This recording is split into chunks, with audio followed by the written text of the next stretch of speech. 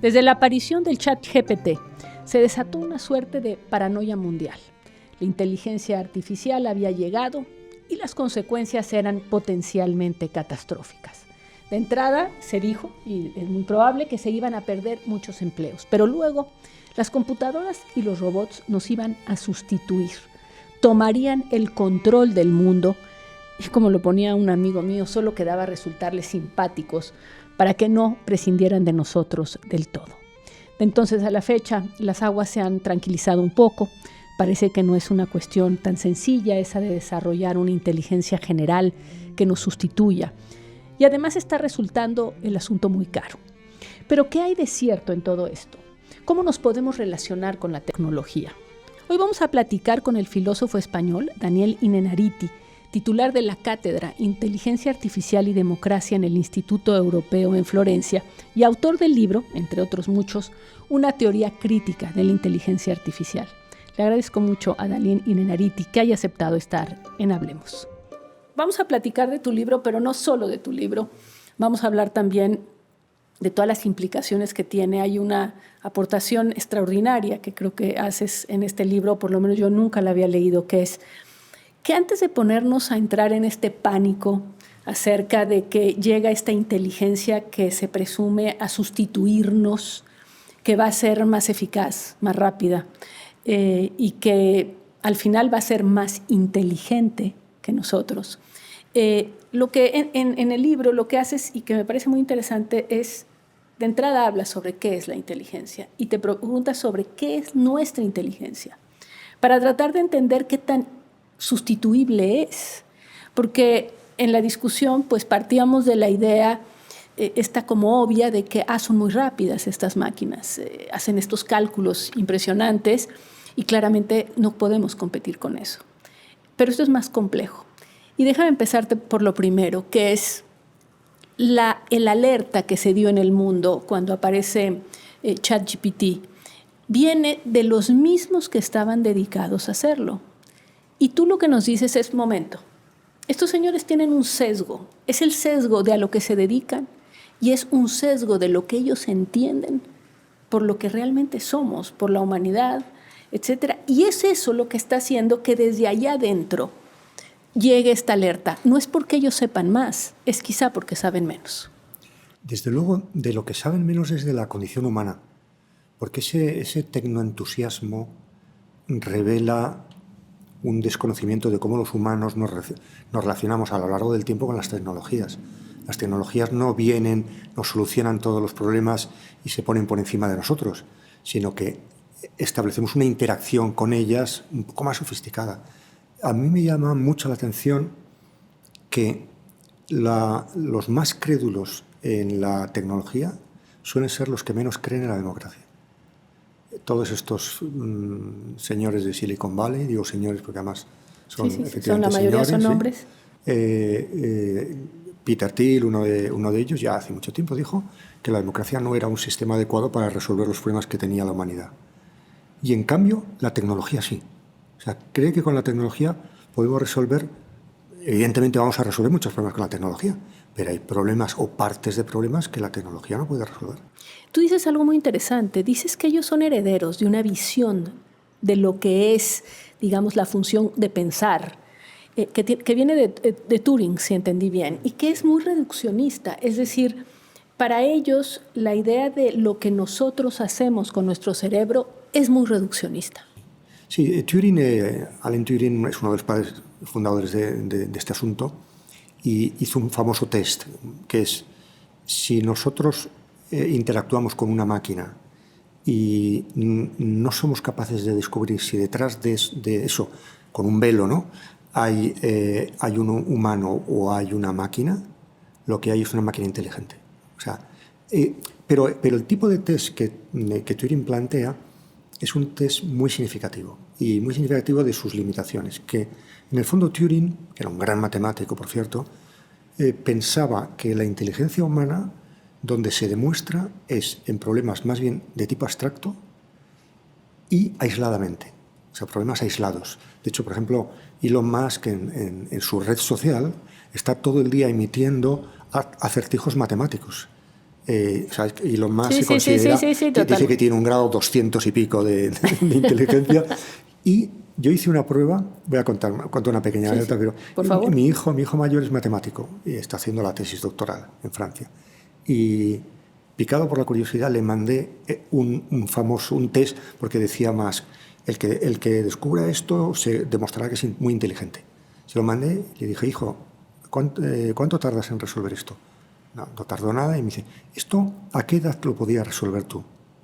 En el colegio. Bueno, él es muy listo, mi hijo es muy listo, pero en el colegio, o sea, no es tan difícil Entonces, lo que yo propongo en el libro es que en vez de un test de Turing, hagamos un test de Durkheim. Durkheim es un gran sociólogo francés. ¿Por qué?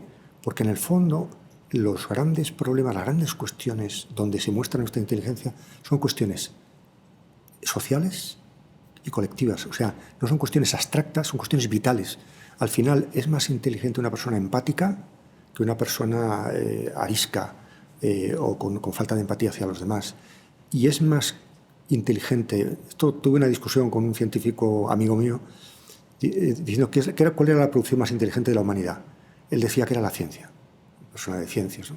Yo le decía, no, lo más inteligente que hemos producido los humanos es la democracia. Después de siglos de sistemas más o menos autoritarios, con gobiernos que no se elegía nadie y tal,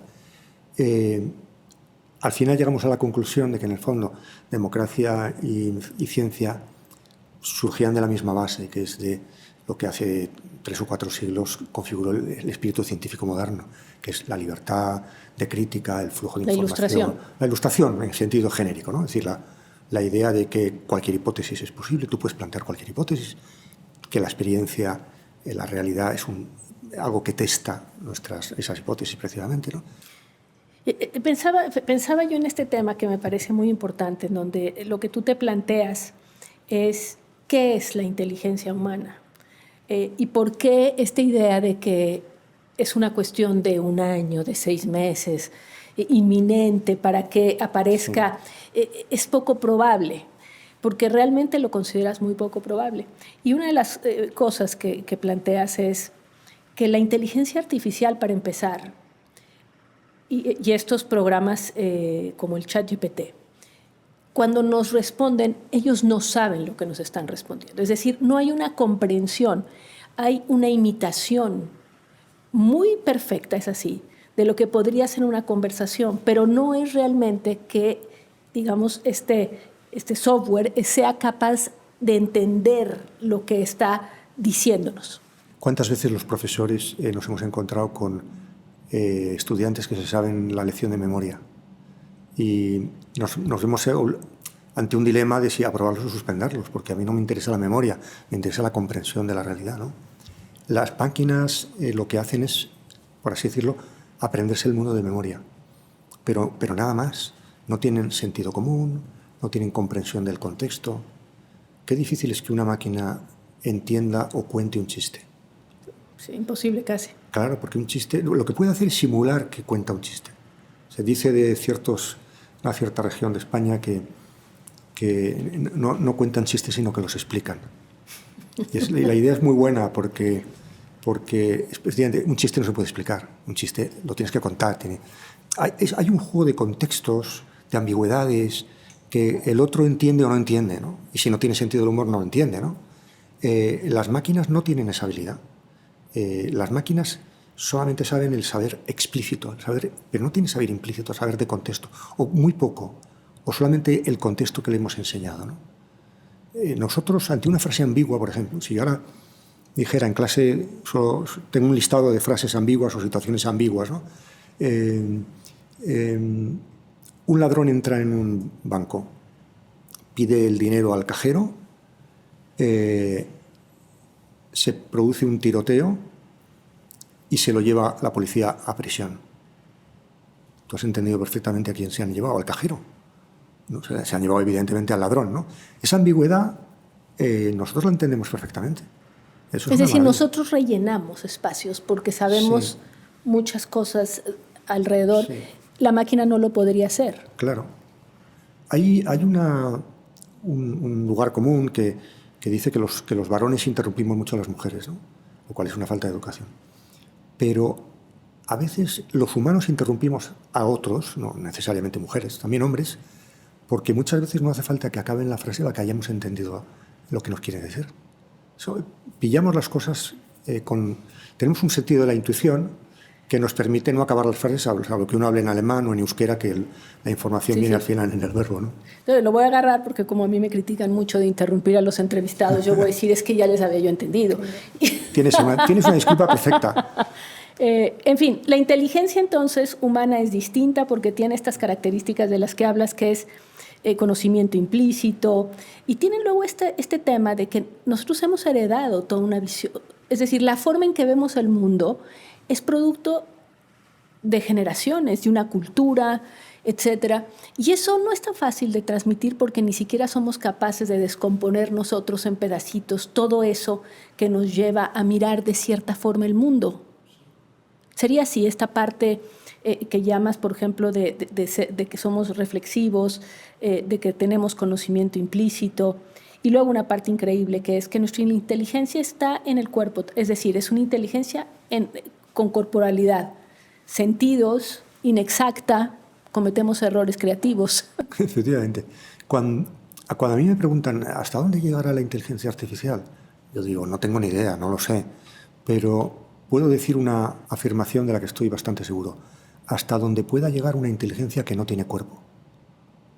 No sabemos cuáles son los límites de una inteligencia sin cuerpo, pero sí sabemos que es una cosa diferente de una inteligencia corpórea, corporizada, y que tiene que ver precisamente con eso, que el cuerpo es nuestra instalación en el mundo, el cuerpo, nuestros sentidos, nuestra afectividad. Y luego, lo apuntabas tú antes también, me parece una idea importante, ¿no? Que es si los humanos y las máquinas, digo las máquinas como genérico, ¿no? Sí, para... tuviéramos el mismo tipo de inteligencia y por tanto cometiéramos el mismo tipo de errores, tendríamos un grave problema. Por ejemplo, de sustitución. Efectivamente, si es más inteligente que nosotros, lo hace en un tiempo récord, pues nos van a sustituir. La buena noticia es que somos dos cosas distintas, pensamos de manera diferente. Y los humanos somos relativamente buenos a la hora de tomar decisiones en contextos en los que no se sabe muy bien cuál es el problema. Lo que alguien ha llamado problemas salvajes, problemas poco estructurados. Si tú tienes un problema, por ejemplo, en la política hay una parte de la política que tiene que ver con problemas que no se sabe muy bien cuáles son, o que son muy discutidos, o que son borrosos. Esa parte no va a sustituirnos una máquina. Hay otros problemas que son de administración, de gestión, eso va a avanzar muchísimo más. Lo importante es que distingamos una cosa de la otra. Y las características que tú le das a la inteligencia hasta el momento artificial, que tiene que ver con el hecho de que efectivamente al no ser capaz de cometer errores creativos, de ser capaz de identificar que el error creativo puede ser fecundo, porque eso también, no solamente hay que cometer el error, sino decir, aquí hice algo, esto que salió es interesante para otra cosa. Bueno, eso, el tema de que en realidad no puede enfrentar situaciones nuevas. Es decir, es un universo que está topado, es hasta donde hemos llegado. Eso genera la visión de un mundo chato, no sé si me explico, es decir, un mundo, uno cerrado y chato, sin posibilidad de ampliarse, y eso me parece muy interesante. Es decir, casi diría, es un universo destinado a solo conservar lo que hay y repetirlo infinitamente, pero que no tiene salidas, no tiene formas de crecer. Es así. Es así. Tiene una creatividad muy limitada, ¿no? Cuando, por ejemplo, se discute acerca de el arte generado por inteligencia artificial, si eso es arte, si no es arte. Bueno, a mí me parece que la cuestión ontológica de si es arte o no tiene poca importancia. Lo interesante es que, efectivamente, tú puedes hacer ahora, puedes componer una nueva sinfonía de Beethoven a través de una inteligencia artificial, ya las hay circulando en el mercado. Tú puedes pintar Guadalajara como lo hubiera pintado Van Gogh. Si Van Gogh hubiera venido por aquí, como hubiera pintado. Y hubiera hecho edificios en llamas, cipreses. Bueno, se puede pintar Guadalajara vista por Van Gogh. El problema es, invéntate un Van Gogh. invéntate un Beethoven. Sí, o pasa del periodo azul y rosa de Picasso al siguiente. Eso. O, por ejemplo, en el caso de Beethoven, que es, además esto lo he estudiado y es un asunto que me interesó en su momento, el último Beethoven, que es el Beethoven que a mí más me gusta, me fascina, los cuartetos de cuerda, una parte de la Misa Solemnis, una parte también de la novena, es un Beethoven que está en contradicción con su previsible evolución. Esto es fantástico. O sea, si tú estudias yo no soy musicólogo, pero lo que he estudiado, si tú estudias la evolución de Beethoven, vas viendo que va haciendo cosas muy lógicas y por tanto tú podrías adivinar que el desarrollo hubiera sido este. Y de repente hace un corte y vuelve a clichés un poco ñoños, un poco simplones, que tienen una fuerza expresiva brutal, precisamente porque contrastan con una trayectoria muy sofisticada de un gran... Te iba a dar un ejemplo y te puedes reír, pero es lo mismo que pasa con el último disco de Rosalía. Perdona, que es española, que ella había venido haciendo algo y de repente saca un disco donde toca con la Filarmónica inglesa y da un giro increíble y entonces, ¿qué máquina hubiera podido producir ese salto? Claro. Sí, a veces se dice, por ejemplo, en el caso de la música, claro, buena parte de la música que consumimos está hecha con inteligencia artificial, en parte o en todo incluso. Sí. Modo que, la sudcoreana y... Sí, tiene buena parte de las series que vemos también, hay un componente de inteligencia artificial. Y yo compruebo varias cosas con esto. Primero, que llega un momento, yo soy muy forofo de las series de televisión y veo todas, pero reconozco que llega un momento en que dices, esto ya me lo sé, o sea, ya sé lo que va a pasar. He dejado de haber alguna porque he dicho en mi casa, en mi familia, he dicho, el asesino es fulanito, esto va a acabar mal, ¿no? Y era tan previsible que nos hemos ido a la cama, ¿no? A dormir tranquilamente. Es decir, queremos que nos sorprendan, queremos un poco de novedad. Eso es una peculiaridad de los humanos, ¿no? Y también una capacidad de romper, esto que decías de Beethoven o otros, es de romper con lo que, es decir, de no ser tan previsibles.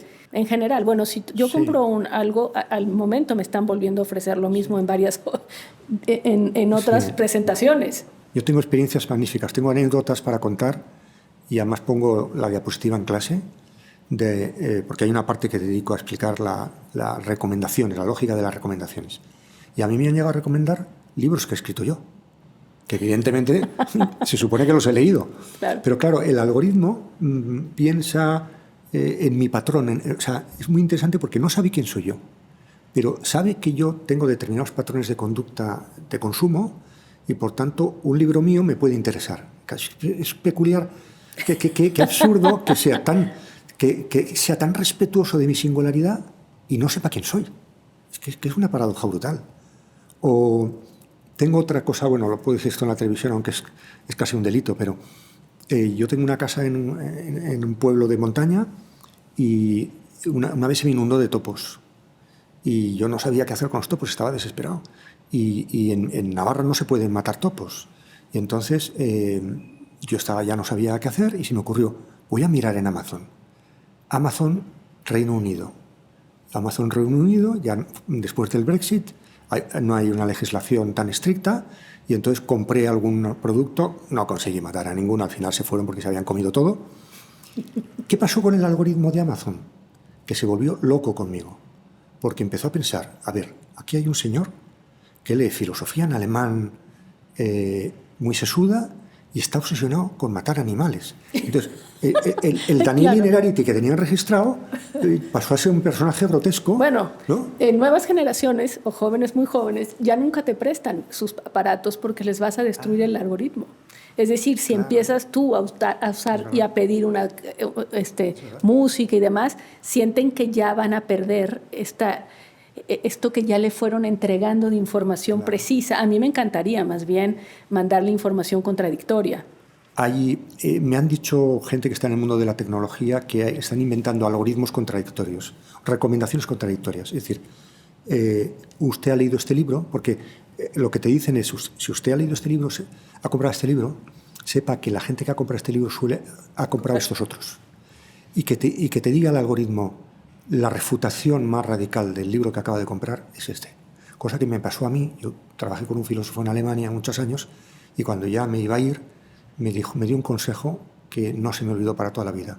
Me dijo, lee a fulanito. Y yo, pero, Herr Profesor, si ese con el que ha discutido usted más y es lo antítesis de usted, me dijo, por eso mismo, lee a una persona que me contradiga. O sea, la inteligencia está en tener mundos alternativos presentes. Es un empobrecimiento hasta dónde vamos, el algoritmo. Podría no resultar, podría cambiar, pero hasta dónde vamos empobrece. Pero es casi inevitable, porque el algoritmo no es tan inteligente como creemos. O sea, el algoritmo sabe de nosotros que hemos hecho unas determinadas cosas. Yo tengo otra anécdota curiosa que es, pero para que veamos lo poco inteligente que son los algoritmos, siendo muy hábiles en la identificación de patrones, eso es fantástico, ¿no? O sea, tengo un amigo que es radiólogo y dice, no te puedes imaginar lo grato que es trabajar con la inteligencia artificial para hacer una radiografía, porque en la radiografía la máquina ve una cosa completamente distinta de la que veo yo, y la complementariedad es fantástica, ¿no? Pues lo que te iba a contar es que el otro día estuve en un hotel muy lujoso, me invitaron a un congreso en el Duero, en Portugal, y el hotel tenía un puerto deportivo con unos yates estupendos, ¿no? Y en cuanto yo entré con mi ordenador, y el ordenador o el algoritmo detectó que yo estaba en ese hotel, ¿qué me empezó a dar de publicidad para que yo comprara? Yates. Claro. Que evidentemente no está en mi universo mental, pero venga, yates, bueno, porque simplemente sabía la localización, ¿no? Pero claro, pero este consejo no te lo da un amigo, o tú para dármelo antes me harías 2 o 3 preguntas, ¿no? Sí, es decir, pero esto se puede perfeccionar. Sí. O sea, lo que quiero decir, esto que estamos diciendo tiene que ver con que tal vez se puede mejorar. Sí. Pero la parte que a mí me parece muy interesante, que es todo el principio del libro, es lo que tú planteas es que ni mejorando va a llegar a tener cuerpo, que ni mejorando va a poder tener sentido común, que tendría que ser, bueno, un avance extraordinario para que pudiera entender cosas implícitas, en fin, que hay algo que solo una visión reduccionista de lo que somos puede plantear una sustitución absoluta, ¿no? Es básicamente lo que tú dices. Sí, o sea, yo creo que puede mejorar mucho y ha mejorado mucho, ¿eh? Los algoritmos, si hiciéramos un recorrido, los algoritmos de recomendación hace 10 años eran mucho peores que los de ahora. Se han alimentado más, se han alimentado con más datos y mejorarán. Pero hay en los humanos incoherencias, momentos de ruptura, fenómenos imprevisibles que la máquina no puede captar. Un ejemplo que siempre me planteo es el Me Too, el movimiento Me Too, se podía haber generado en una sociedad regida únicamente por algoritmos, es decir, por datos del pasado. El Me Too fue un momento, en España la formulación fue se acabó, que todavía es más bonita, ¿no? Sí, sí. Que esto se termina. Entonces, hay otro ejemplo parecido. Si tú entras en YouTube y buscas humoristas de los años 90 en España, te aparecen sketches y yo cuando los veo digo, no tienen ninguna gracia. O sea, son cosas incluso ligeramente machistas y despectivas. Reírse de los enanos, de las mujeres, de los pobres, ese tipo de cosas no tiene ninguna gracia. Pero yo estoy haciendo muchas confesiones delante de la cámara, pero yo recuerdo haberme reído de eso. O sea, yo recuerdo haber vivido en un contexto en el cual hacer una pequeña broma a una mujer que hoy consideraríamos gravemente ofensiva era tolerada, aceptada, incluso una gracia, era una cosa graciosa, ¿no? O de alguien con un defecto corporal. Hoy en día a nadie le... O de una región. Ustedes tienen una región de la que se han reído durante, yo no sé, décadas, y ya me imagino que está prohibido ahora, ¿no? Todos los países tienen... Sí, todos los países tienen los franceses, región, los belgas. Sí, los belgas, sí. Sí, es esa forma de risa con el desprecio, ¿no? Entonces, ¿qué es lo que ha pasado ahí? Porque ha habido una evolución con rupturas. Una evolución que una cosa nos ha dejado de gustar. ¿Y por qué nos ha dejado de gustar? Seguramente porque ha habido medidas legislativas, porque ha habido mensajes políticos, porque las mujeres de repente nos han levantado la voz, que antes no lo hacían, Entonces hemos empezado a decir, ahí va, pues a lo mejor esto que estoy haciendo no es muy correcto. Tienes un ejemplo que a mí me gusta mucho y que te lo he escuchado en varias ocasiones, y es el de que las computadoras solo pueden saber quiénes somos, pero no quiénes aspiramos a ser. Ya. Y ese ejemplo me gusta mucho porque efectivamente las computadoras pudieran tratar de adivinar a partir de los comportamientos, y si tuvieran una mayor capacidad de captación, digamos, por quién votaríamos. Ya. Pero lo que tú dices es que dentro de nosotros hay una aspiración a hacer otra cosa. Por ejemplo, en el tema medioambiental, creo que lo has utilizado varias veces. Sí. Y eso a mí me parece fantástico, porque es verdad. Las máquinas, en nuestro comportamiento, si vieran cómo qué compramos, qué traemos, cómo tiramos la basura y demás, pues podrían tener una idea de nosotros que choca con la idea de lo que nosotros querríamos ser. Y por lo tanto, en el voto también hay algo aspiracional.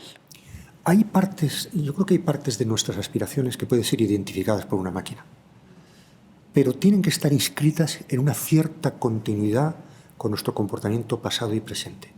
Toda aspiración que esté en continuidad puede ser detectada e identificada por una máquina. Pero, ¿y las aspiraciones que implican una ruptura? ¿Y si yo estoy forcejeando contra una adicción? Hombre, si yo soy un borracho me puede identificar la máquina, pero en fin, una adicción o estoy tratando de hacer una conversión, quiero dejar de ser tal cosa, ¿no? Eso es mucho más difícil de identificar. De identificar, ¿no? Entonces, la cuestión es, yo quiero estar gobernado por un sistema que simplemente registra lo que yo soy, o por un sistema que tenga en cuenta lo que a mí me gustaría ser. Y cuando hablo de mí, hablo también de mi sociedad. Claro. Porque, claro, la sociedad puede estar gobernada por gobernantes, en parte el populismo es eso, ¿no? Gobernantes que nos digan lo que queremos oír, pero también por gobernantes que tiren un poco de nosotros, ¿no? Hay una teoría, la teoría del nudge, que es del pequeño empujón, o sea, de llevar a la gente en una dirección, por supuesto, legítima, aprobada, o sea, no consentida, sí. pero hacernos un poquitín mejores. Y para eso necesitamos que los gobiernos incentiven ciertas cosas y desincentiven otras, ¿no? A ver, regresando al tema de, bueno, la inteligencia artificial tiene un impacto y va a tener un impacto, un mundo en donde esto cada vez está más presente, en la forma en que somos gobernados y en temas de la democracia. Por ejemplo, estos señores, hombres, la mayoría, los tecnológicos, los tequis, no ven la democracia como algo útil, sino como un estorbo. Por varias cosas, porque hay muchos procedimientos, porque es lenta, porque luego hay opiniones que podrían ponerle freno a ciertas cosas. Es decir, el mundo que aboga por la tecnología como el lugar donde se tomen muchas decisiones no es muy prodemocrático. Y aquí tú planteas un tema que es importante, que es decir, ojo, aquí sí que tenemos que pensar y reflexionar sobre qué va a ser esta sociedad, digamos, de los algoritmos sobre nosotros como organización social. Sí, claro. Una persona que maneja tecnología, en principio es una persona que tiende a pensar que su instrumento tiene validez universal y no le ve las limitaciones, no descubre fácilmente la incrustación de esa tecnología en una sociedad, ¿no? Y creo que eso es una visión tremendamente reductiva de lo que la tecnología debería ser. ¿Por qué no les gusta la democracia a muchos de estos? Mira, yo hace poco estuve en una región española, en una reunión empresarios, sindicatos, para discutir sobre la economía de esa región, y el jefe de los empresarios dijo en un momento determinado, aquí montar una empresa es un engorro. Porque quieres montar una empresa en un pueblo y enseguida te piden el impacto medioambiental, el municipio tiene que estar de acuerdo, el suelo hay que darle una dotación específica. Con lo cual al final te cansas y te vas a otro sitio, ¿no? Bueno, ¿qué es lo que tenía esta persona en la cabeza? Que es un engorro, un principio democrático básico, que es toda decisión tiene que tomar en consideración los impactos posibles y tiene que ser aceptada por aquellos en los que impacta. Es un principio fundamental. Una democracia no puede tolerar que alguien decida algo que me afecta a mí y yo no le he dado el plácet, de alguna manera, directa, indirecta, democracia representativa y tal. Y, claro, y luego pensar que es un engorro el impacto climático, medioambiental. Es decir, la rapidez que ciertas tecnologías y cierto mundo empresarial promete se hace a costa de que vamos a ir muy rápido a un sitio donde a lo mejor no merece la pena estar. Porque no digo yo que la legislación esté siempre bien hecha y que hay regulaciones un poco absurdas y burocracias y ayuntamientos que son muy lentos para dar un permiso. Por supuesto, eso no lo niego. Pero el principio como tal me parece que hay que salvaguardarlo. El principio de coherencia, de equilibrio, de que esto tiene que estar aprobado socialmente, ¿no? Planteas que así como la disyuntiva, digamos, en los siglos pasados fue entre, derecha e izquierda y básicamente entre el lugar del Estado y el lugar del mercado, que tanto era el mercado el que controlaba todo un Estado pequeño haciendo mínimos o un Estado como el Estado benefactor mucho más amplio. Decías, ya no va a ser la disyuntiva ahora. La disyuntiva va a cambiar y va a tener que ver más bien con el tema de procedimientos o velocidad. Sí. Esto que decías, ¿es un mundo en el cual gane la velocidad o los procedimientos tengan solidez, estos procedimientos democráticos de pedir permisos y demás, y que, aunque sea más lento, digamos, sea más cuidadoso y más participativo? Esa es la que crees que va a ser como la gran disyuntiva, es decir, y me imagino un Estados Unidos, déjame ponerlo así, mucho más veloz, ya ni digo China, pero mucho más, y un Europa tratando de ir más lentamente, a riesgo de sentir que se va a quedar retrasado, pero al mismo tiempo todavía considerando eso, los impactos, las opiniones. Déjame que te conteste diciendo que seguramente el gran debate entre Estado y mercado, que conseguimos fórmulas bastante satisfactorias de lo que eran las familias socialdemócratas y las familias democristianas, un espacio de equilibrios, ganaba la derecha y había un poco más mercado, ganaba la izquierda había un poco más de Estado. Podríamos llegar también a un pacto, podríamos llegar a un pacto entre la velocidad y la lentitud. Yo no soy un ludita, no estoy defendiendo, aunque a veces se me va la mano, pero no estoy defendiendo que nos tumbemos en una hamaca y que nos perdamos en una burocracia lentísima, no sé, que busquemos un equilibrio, ¿no? Claro, en esto efectivamente, todos aquellos que no tienen trabas, digamos, van a una enorme velocidad, pero a mí no me produce eso mucha envidia. Yo creo que en estos momentos, por ejemplo, en todo el debate tecnológico, en Europa hay un mantra en el mundo entero, que es Estados Unidos inventa, China copia y Europa legisla, ¿no?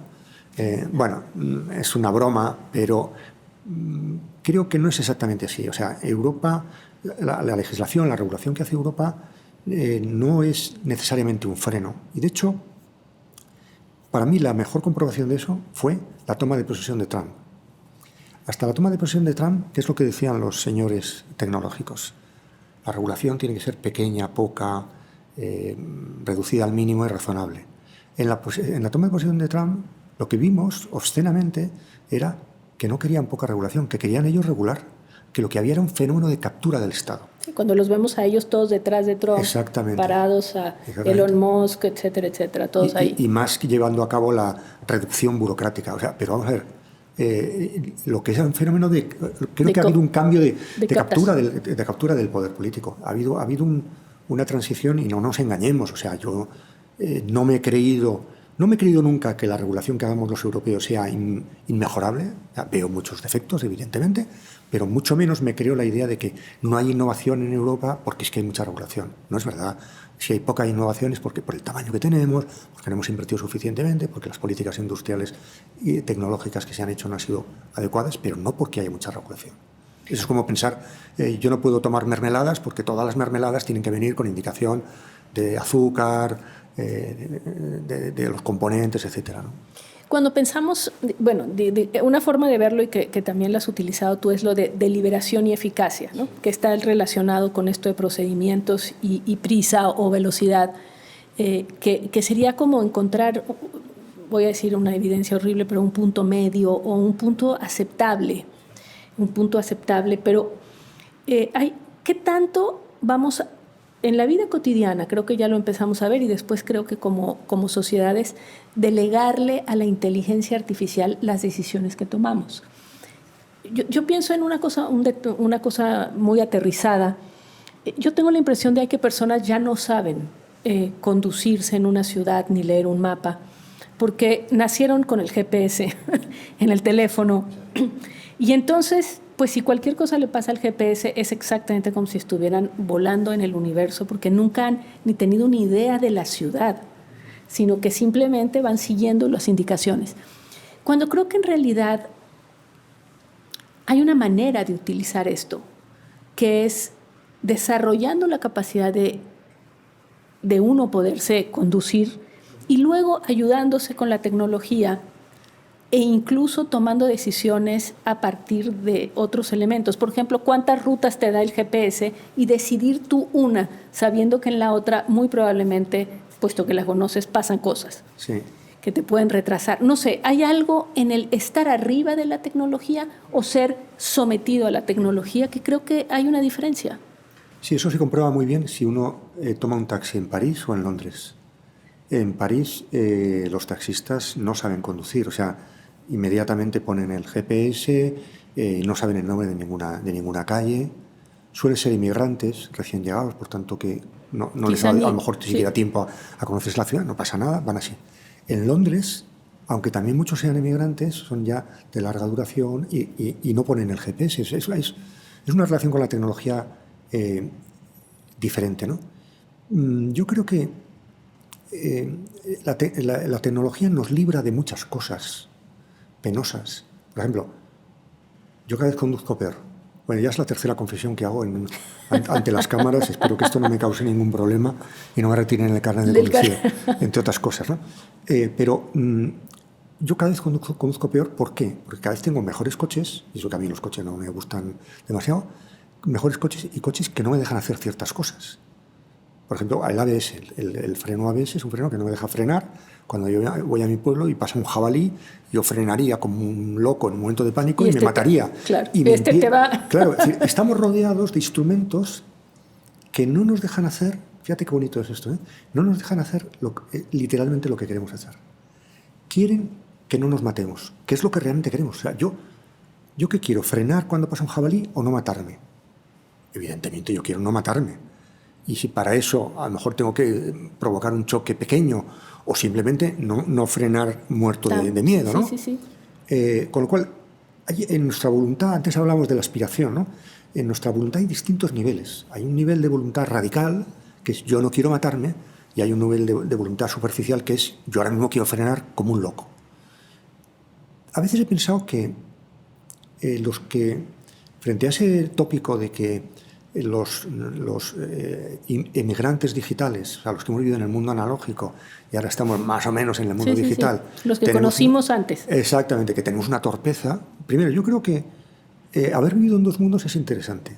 Y haber vivido en el mundo analógico, solo analógico, porque todos vivimos en analógico, pero haber vivido en un mundo que era solo analógico y vivir en un mundo que es mitad y mitad, nos hace más conscientes de ciertas cosas. Y luego, alguna vez me he planteado, nadie tiene necesidad de sumar y hacer raíces cuadradas, porque tenemos ese ordenador y ya está. ¿Eso significa que deberíamos hacer que nuestros niños y niñas no aprendan a sumar y a hacer raíces cuadradas? No. Cosa que luego no van a utilizar nunca. Pero que sepan qué hay detrás. Que sepan qué hay detrás, que sepan el concepto de raíz cuadrada es muy importante. Y luego que sepan de qué se han librado. Que eso también es importante, bueno, ¿no? En el fondo, y que supiéramos cómo funciona la mayoría de los aparatos que nos rodean, la televisión, claro. El automóvil, la combustión, en fin, son cosas que no están de más. Sí, o por ejemplo... ¿Por qué serían útiles? Ahorita ya sentí que ¿por qué sería útil saber cómo se sostiene el avión? Eso no lo vamos a saber nunca bien. No lo vamos a saber nunca bien, porque la tecnología, sobre todo la sofisticada, es cada vez más caja negra. Yo vuelvo al tema del coche porque es un ejemplo muy... El gusta del mucho, siglo ¿no? XIX Sí. es una joya. El de que va un señor adelante. No era ese ejemplo. A ver, ¿cuál? El de la ley de la bandera roja, sí, ¿no? ahorita me lo cuento. Pero bueno, también se podía ponerse. Yo llevo el coche a arreglar desde muchos años al mismo taller. Y estaba el padre y ahora está el hijo. Y el padre arreglaba coches. El hijo cambia piezas. Y me lo dijo su padre y me lo dijo el hijo. O sea, no, con esto no estoy despreciando a nadie. Sí. Porque tú llegabas allá y te metían una pieza. Ahora mismo, ¿qué hace un mecánico?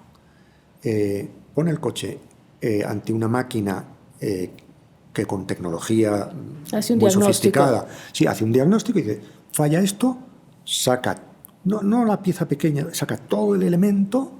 Yo no sé nada de mecánica, con lo cual no sé cómo denominarlo. Llama a la Volkswagen y pide que le traigan esto y lo sustituye y lo pone. Pero eso no es la mecánica en el sentido clásico, ¿no? Y yo creo que vamos a utilizar cada vez más máquinas que no vamos a saber qué es lo que tienen dentro. Pero para que eso no sea una humillación, una sumisión a las máquinas... Es eso. ¿Cómo hacer que no sea una sumisión? Pues mira, la manera de apropiarse y decir, yo consiento esto, es que haya unas instancias de mediación que hayan hecho una regulación. Por ejemplo, yo puedo utilizar un algoritmo. Un algoritmo es una cosa complicadísima para quien no sabe, pero en la legislación europea ahora mismo es obligatorio que en cada país haya una institución de regulación de algoritmos, de vigilancia de los algoritmos. Yo no sé nada de algoritmos técnicamente, pero si yo compro un producto que veo que está certificado por la Autoridad Española de Supervisión de Tecnologías Algorítmicas, eso me da una garantía. Yo no soy nada partidario de depositar en el pobre individuo la tarea de acreditar cómo funciona, si esto es correcto, porque no, además yo no quiero perder el tiempo. Yo quiero tener coches, yo quiero tener tecnologías que me ahorren cosas. Pero para que eso no sea una sumisión a ponerme de rodillas delante de un aparato, establezcamos auditorías, sistemas de intermediación que nos genere una confianza ciudadana. Y como sociedad, ¿cómo no someternos? Es decir, porque en algún momento planteas esta discusión en el pánico, digamos, de hace un par de años, fue moratoria, deténganlo todo.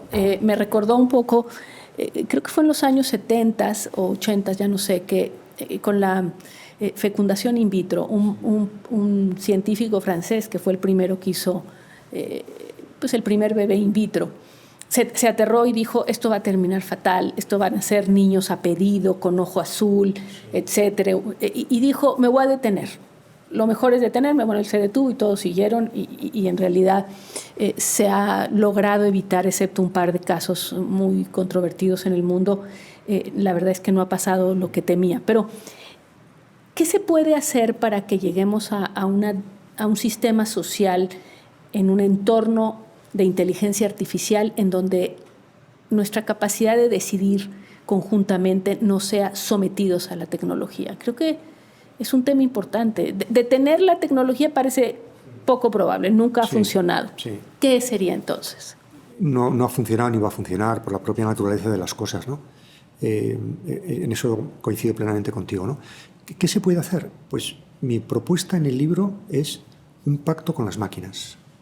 No con las máquinas como sujetos, pero un pacto, una nueva distribución de competencia, responsabilidad, que tenga en cuenta el tipo de tecnología que tenemos delante y que tenga en cuenta también nuestros propios valores democráticos, ¿no? ¿En qué se puede concretar esto? Y es el consejo que yo doy, ¿no? Es que identifiquemos bien qué tipo de problemas o qué parte de los problemas son resolubles por las máquinas y qué problemas o parte de problemas no son resolubles por las máquinas. O no deberían serlo. También. O no deberían serlo, efectivamente, sin un daño sustancial, ¿no? Sí. Y ahí la distinción es bastante clara, ¿no? Dentro de la complejidad del asunto, que es las máquinas resuelven muy bien asuntos que tienen muchos datos, para los cuales disponemos de muchos datos, con soluciones binarias, poca ambigüedad y poca incertidumbre. Los humanos, en cambio, deberíamos resolvernos aquellos problemas que tienen un carácter que los hace salvajes, poco estructurados. Fíjate que cuando te leía, pensaba, ¿qué tipo de problema sería ese? Y pensaba, bueno, si hay un caso claro que a mí no me gustaría que una máquina estuviera involucrada, es en la decisión, por ejemplo, de detonar una bomba nuclear. Porque me parece que todas las posibilidades que existen de malentendido, dato incompleto, información incompleta, en fin, siento que hay ciertas cosas que serían aterradoras que se las cediéramos. Una de ellas es pues nuestra propia capacidad, o sea, extinguirnos a partir de una serie de bombas que están... Y voy a poner un ejemplo que funcionó para mal en el 2008 en la crisis, que era cuando los que vendían y compraban acciones empezaron a poner cosas automáticas. Es decir, si una acción en la bolsa caía más de tal, la instrucción era vender, pero era una máquina. Y las máquinas empezaron a replicarlo y entonces aquello se empezó a caer el valor de las cosas de una manera increíble porque ya eran automáticas las decisiones.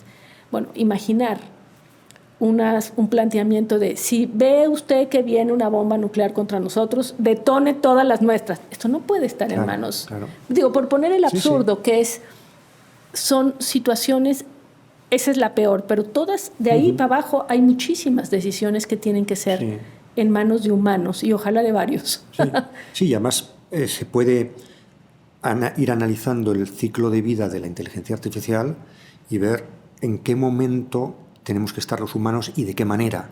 Es distinto en el diseño, es distinto en la implementación, en la supervisión, en la regulación, y necesitamos que eso esté muy claro, porque yo no me quiero privar de los beneficios de la automatización. Extraordinarios. Pero no quiero que vayan más allá de donde tienen que ir, ¿no? A propósito del tema nuclear, tienes una película reciente, fantástica, sobre eso indirectamente, que es una casa llena de dinamita. Sí. Que no es que hable de inteligencia artificial, pero yo lo he puesto ya como ejemplo en alguna charla que he dado. Y hay no voy a estropear la película, ¿no? Pero hay un ataque nuclear a Estados Unidos y las defensas no funcionan y la bomba nuclear se dirige a Chicago. El presidente de los Estados Unidos, que por cierto era negro, le suben inmediatamente a un helicóptero. Y en el helicóptero va el típico agente, un joven con el uniforme militar, lo has visto, ¿no? Con el uniforme militar que saca la carpeta de las posibilidades, los protocolos, ¿no? Y dice, bueno, si son los rusos hay que hacer esto, se puede hacer esto o esto, si es no sé qué, esto o esto, si tal, no sé qué. Y entonces ves al presidente angustiado. Diciendo, y le recomiendo todo rojo. Sí, y además confuso y tal, ¿no? Entonces, vamos a ver, ¿ves lo que es la política? O sea, la política es ¿aprieto el botón nuclear o no? O sea, la política es tomo una decisión en un momento donde tengo muy pocos datos. Es que no sabemos quién la ha tirado. Y además no sabemos solo sabemos que va a llegar, eso sí que se sabe, pero no sabemos qué efectos va a tener. Y él dice, bueno, voy a pasar la historia como un imbécil o como un asesino, porque puedo pasar como cualquiera de las dos cosas, y ninguna de las dos es recomendable. Y el chaval con su uniforme y sus medallas, joven, manejando una carpeta llena de post-its y de colores, ¿no? Eso es la contraposición entre protocolos algorítmicos, problemas para los cuales hay datos estructurados, y la vida real de una persona que tiene que responder a un ataque nuclear. Pero tampoco nos vayamos a eso, porque ni tú ni yo creo que nos vamos a encontrar nunca en ese puesto de mando. No, pero tampoco queremos que ocurra. Es decir, tampoco queremos que se decida someternos a ese punto, a una decisión tomada por una inteligencia artificial. Efectivamente. Y luego tú y yo nos vamos a encontrar en nuestra vida con muchas decisiones que tienen un carácter u otro. Yo suelo poner un ejemplo que parece una broma, pero no es, yo creo que es serio. Cuando el año 84 se aprueba en España la ley del divorcio, me llama mi madre para decirme, oye, hijo mío, he leído en el periódico que yo estaba fuera de casa en la universidad, he leído en el periódico que se van a romper la mitad de los matrimonios en España, ¿no? Y ella estaba preocupada con eso, ¿no? Y yo tenía el deber de consolarla, pero no decirle que estaba en contra de la ley, porque no estaba en contra, estaba a favor. Y entonces me ocurrió darle el siguiente argumento, que tiene mucho que ver con esto que estamos hablando. pues me parece una tasa de éxito bastante alta. Claro, el 50%. 50%. Además, si el otro 50% estaba yo obligado... Claro, ¿no? A mi madre no le convenció nada, pero ¿por qué es relevante a efectos de lo que estamos hablando? Porque la decisión de contraer matrimonio o vincularse con otra persona para un periodo largo, inicialmente incluso de toda la vida, se toma en un momento con muy poca información, con un estudio de mercado muy deficiente. Uno realmente no ha conocido tantas chicas o chicos. Y no sabe uno cómo va a evolucionar la chica. Efectivamente, son dos evoluciones, lo que sea. Todas son evoluciones que tienen que ir compatibilizándose y que van a ser diferentes. Vamos a evolucionar de manera diferente, pero vamos a intentar mantener un proyecto de convivencia. Y luego además uno tiene en el corazón, ¿cómo se dice?, mariposas, o sea, la testosterona. En un pésimo momento. En un pésimo momento emocional, ¿no? Es decir, absolutamente irracional. Y que salgan bien la mitad, eso significa que los humanos, ese tipo de decisiones, lo seguimos tomando bastante bien. Porque tú hablas de que nosotros tenemos una ayuda ahí del inconsciente, sí, que ve cosas que nosotros no somos conscientes, es decir, una capacidad de detección de muchísima información. Así lo entendí. Sí, así es. Que capta una cantidad de elementos de los que no necesariamente somos conscientes, pero que nos conducen también a decisiones, y por supuesto eso, dado que no tiene cuerpo, la inteligencia artificial carece de eso. Pero hay un optimismo que tú tienes y que a mí me gusta a lo largo de todo el libro, y de este y de todos, porque es como algo muy permanente lo del optimismo. Y por eso quería yo llegar al ejemplo de los coches, porque básicamente lo que tú dices es, a ver, antes de entrar en pánico, veamos lo que nos ha pasado en la historia con las novedades tecnológicas. Y la verdad es que en muchos momentos hemos tenido miedo de ser sometidos pero no es la primera vez. Muchas veces hemos tenido la impresión y en realidad hemos aprendido a usarlo. Y tú das dos ejemplos. Voy a poner uno que es el de las fake news y luego el del coche. Pero las de las fake news es que dicen es horrible, ya no sabemos cuál es la verdad. Yo la verdad siento que así como aprendimos a ver los anuncios, estoy segura que al principio los anuncios, no sé, en los 60s o cuando empezaron, deben haber tenido un impacto tremendo en la gente, ¿no? Este es el mejor, no sé, para lavar la ropa es lo mejor tequila de Jalisco. El mejor tequila de Jalisco. Bueno, ese sí tenía razón. Pero la gente tenía una vulnerabilidad, vamos a ponerlo, muy grande. Y con el tiempo nos volvimos expertos en reírnos de eso. Hoy creemos que hemos perdido la verdad en las fake news y en las redes. Y tú también planteas que, así como en otras ocasiones, vamos a aprender, vamos a empezar a tener otros criterios para... Eso sí, estamos pasando por un momento delicado, con consecuencias delicadas. Claro, la transición siempre es difícil, ¿no? Las primeras deepfakes que aparecieron, que eran vídeos falsos donde un personaje aparece hablando o diciendo barbaridades, ¿no? Nos causaron un gran impacto, efectivamente, porque veíamos que estábamos ante posibilidades de manipulación que eran inéditas en otra época, ¿no? Pero hemos desarrollado una cierta descreencia, como no nos tomamos tan en serio las obras de literatura, porque ha habido censura literaria en muchas civilizaciones durante mucho tiempo, por muchos motivos, pero uno de ellos es porque las obras literarias se tomaban en serio, al pie de la letra, literalmente, y no hemos... Tardó muchos años hasta que apareció Coleridge, el famoso escritor, que dijo: la literatura es una suspensión momentánea de la increencia, de la incredulidad. Hay un momento en que tú aceptas un pacto con el escritor y te metes en el universo de García Márquez, y aceptas que pasen cosas que no pasan en el mundo real. Y no diríamos, García Márquez es un mentiroso. No es verdad. Como le pasaba a Dante cuando iba por Florencia, había una comidilla que era: ese señor ha estado realmente en el infierno. Es decir, era inconcebible que una persona hubiera escrito eso sin haber estado en el infierno. ¿Eso qué implica? Falta de madurez literaria.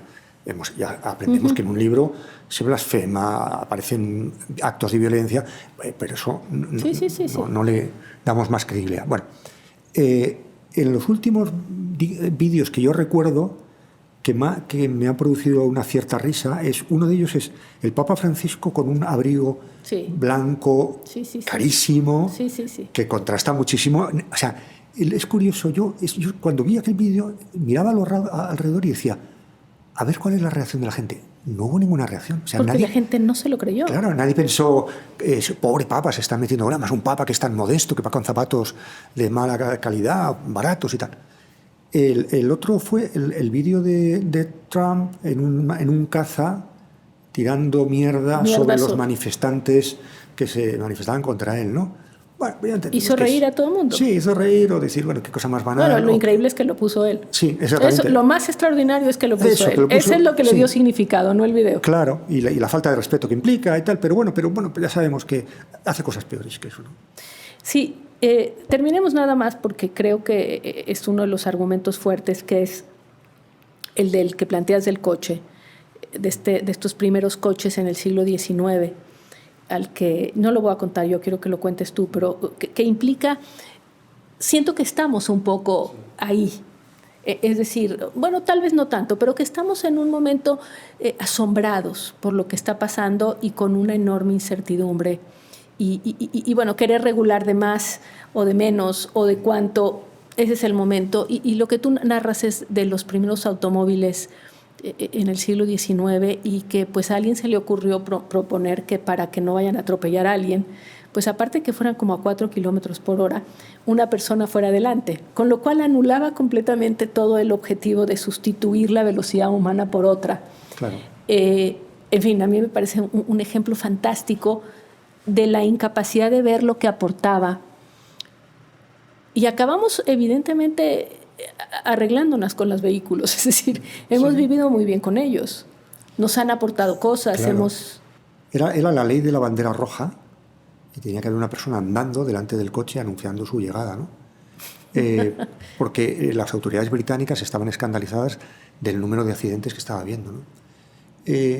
Iban a 4 kilómetros por hora. Claro, pero hay varias paradojas ahí. La primera, que la medida de la seguridad en materia de transporte, de movilidad, sea una persona andando. ¿Por qué?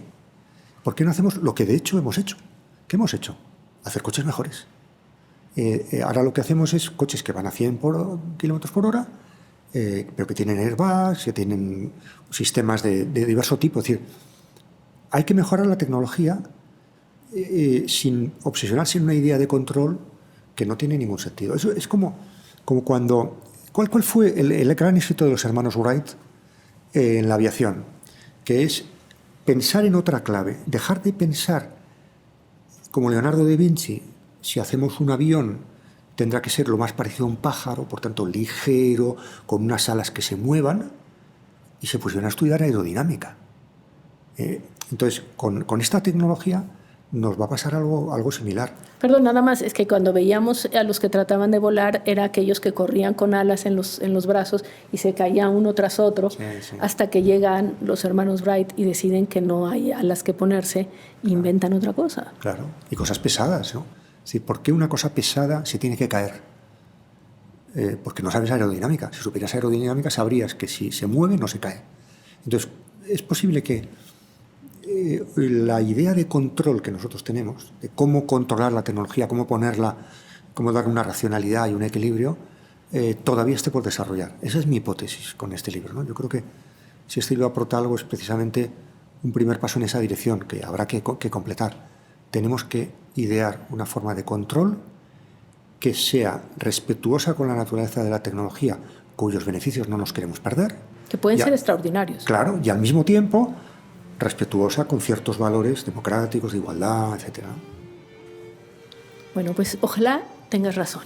Pero además lo creo profundamente, Daniel, yo creo que es por ahí y que la reflexión va a ser muy larga, porque además hay muchas cosas que seguramente no estamos del todo viendo, pero que habrá que mantenerse agarrado a ciertos valores y después tratando de sacarle la máxima utilidad a un instrumento que pinta para poder ayudarnos en muchísimas cosas sin necesidad de que acabemos nosotros siendo unos pandas simpáticos para que la inteligencia artificial nos permita seguir viviendo. Te agradezco muchísimo. Pues yo también te agradezco mucho. Y te agradezco que hayas estado aquí, que disfrutes México y que vuelvas pronto. Siempre es un placer venir aquí. Gracias. Muchas gracias por acompañarnos. Ya lo saben, compartan, suscríbanse. Esto es Hablemos, un producto de Nemas Podcast.